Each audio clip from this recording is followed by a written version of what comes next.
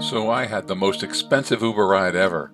I ended up spending over $2,000 on a MIDI guitar and a guitar synth. This beautiful Godin guitar and this Roland GR-55. I'm going to tell you how it all happened. Well, while returning home from a holiday in Maine, we got an Uber ride back from the airport to home, and the driver noticed my guitar case as we were loading it up.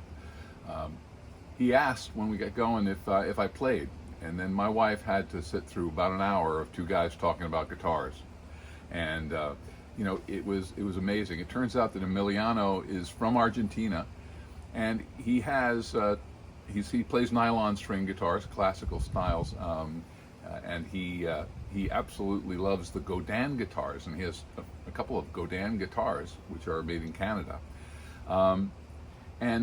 He played us a piece of music on his car stereo that he had written, and his daughter sang beautifully, and it was really stunning how it sounded. Great tune, great piece of music, but also could really hear the distinction of the guitar. The guitar sounded awesome. So I actually knew about Godin guitars because I'd bought my daughter a Seagull guitar many years ago, more than 20 years ago, and it still plays beautifully. And I've really seen very positive write-ups about all the other brands of Godin, and you know, I'm showing some of those right here on the screen of all the different brands. He went on to say that he's now playing MIDI using a Roland GR-55 and his Godin guitars. So the next morning, that conversation led me to searching for a Godin nylon MIDI guitar, and I learned an awful lot about what Godin has to offer in that area, and they really are, they're very strong in it. And then a GR-55 guitar synth. There are a couple of different guitar synths I could pick from. I did a little research on them. The GR-55, known to work well with the Godin guitar, so I picked the GR-55 and started my search. My internet searches led me to Reverb as the source for the most selection that I could look at, and that's where I had bought my Royal parlor guitar, pictured here, last year. So last October I bought this Royal guitar and was very happy with the results of all of that. So I wasn't afraid to give this a try, although a lot of money, because this is a very expensive guitar, and the Roland kit isn't cheap either. So my searching for both of the guitar and the Roland were directed at Reverb eventually. I looked at all the different providers that were out there, but it turned me back to Reverb. I bought my guitar from a company called ProAudioStar in New York, and I'm giving them a thumbs up, because when they say mint condition, they're not kidding. This guitar had the original labels on it, had the original inspection tag still attached to it. It was in the gig bag that it came with. The gig bag had its attached labels and so forth. It was in the original box. This guitar was as close to new as you could get.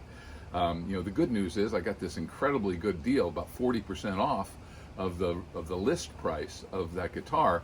But the bad news is I'm afraid to death of scratching it. It's absolutely in perfect shape.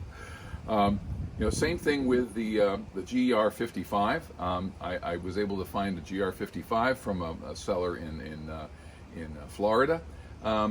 Fair price, but he had a crazy price on the shipping, so I'm not going to give him much of a heads up.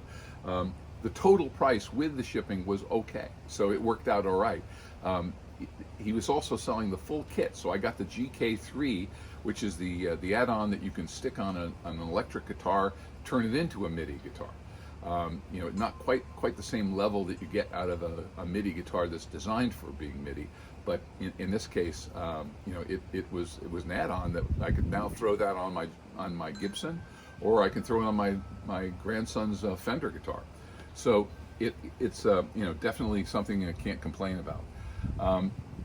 Now, this is not a paid advertisement for Reverb, but I got to tell you that I've bought 4 items now from Reverb and had very good luck with all of them. The guitar, I bought a humidifier for the guitar, and this new guitar and the Roland, and everything came as it was described. Communications with the sellers was all really good. So, you know, I'll just give them a thumbs up as well.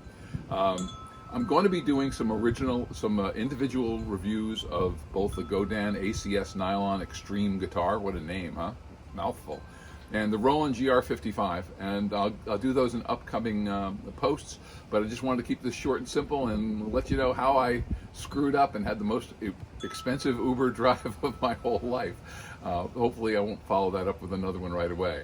And so that's me saying goodbye, and keep messing with music.